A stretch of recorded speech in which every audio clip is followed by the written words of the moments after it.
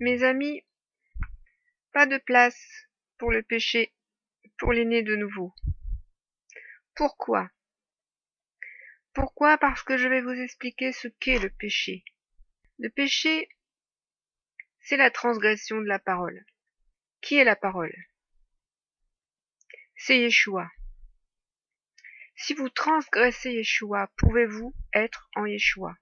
Ou de Yeshua? Non. Vous ne pouvez pas devenir transgresseur de celui qui vous a sauvé. Petit 1. Petit 2 à présent. Péché veut dire manquer la voie, manquer le but. Et nous savons que la juste voie, c'est Yeshua. Je suis le chemin, la vérité et la vie.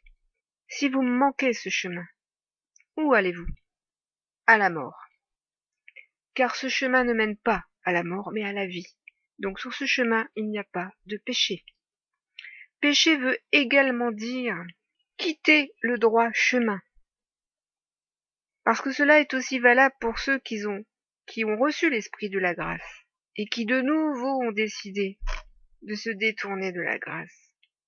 C'est-à-dire ceux qui ont emprunté le bon chemin, celui de Yeshua, et qui finalement, après avoir reçu, se détournent de ce droit chemin.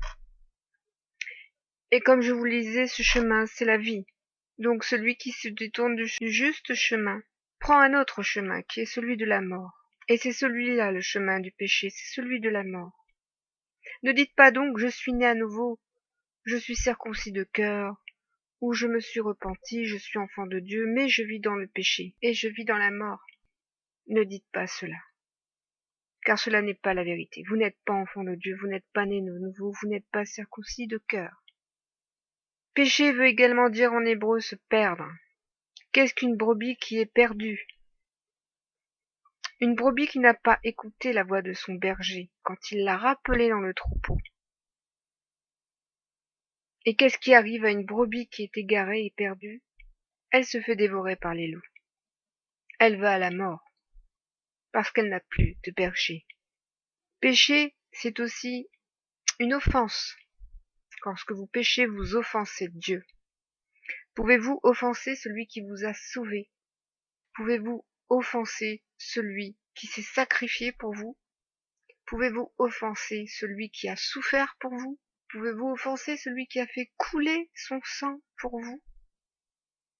Pouvez-vous offenser l'esprit par lequel vous êtes sauvés par le baptême et le renouvellement? Pouvez-vous offenser le Père en croyant que Dieu vous fera encore miséricorde alors que vous avez déjà consommé le sacrifice et qu'il n'y a qu'un seul sacrifice pour vous? Jésus n'est mort qu'une seule fois pour le pécheur. Il n'est pas mort 2 fois. Si vous avez consommé ce sacrifice, vous avez utilisé votre joker.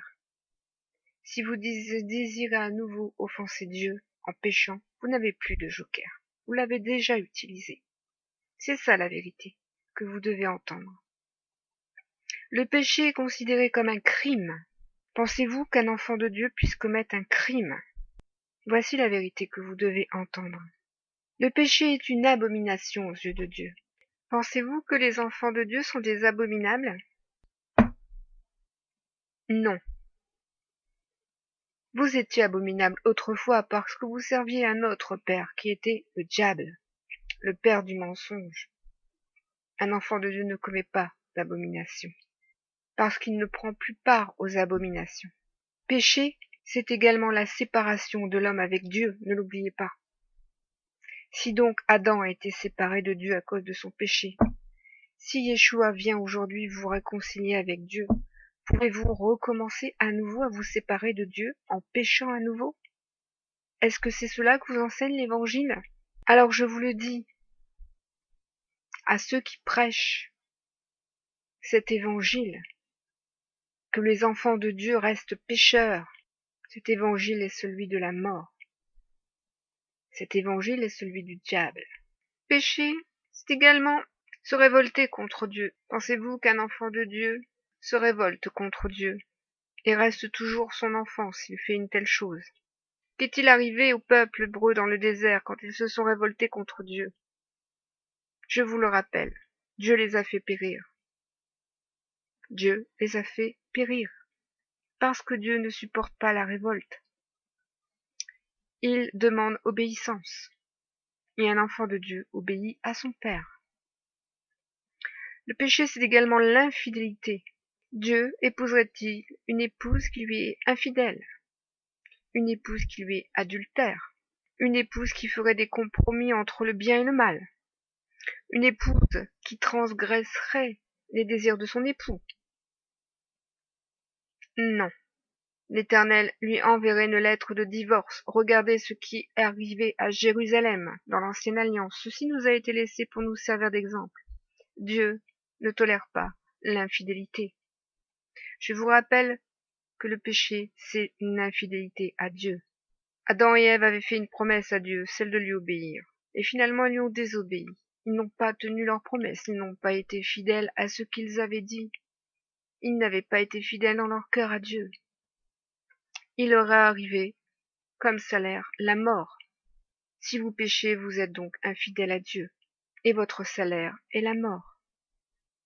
Le péché, c'est également l'iniquité, c'est-à-dire ce qui est injuste, et vous savez que Dieu est justice, et que tout enfant qui est né de Dieu pratique la justice. Donc il n'y a point d'iniquité pour sa postérité sainte, parce que cette postérité est née de l'Esprit de Dieu. Les enfants de Dieu ne commettent pas l'injustice, à moins de se détourner du Dieu vivant. À moins de se détourner du Dieu vivant. C'est une possibilité que nous enseigne la parole. Et qu'arrive-t-il à un enfant qui se détourne du Dieu vivant?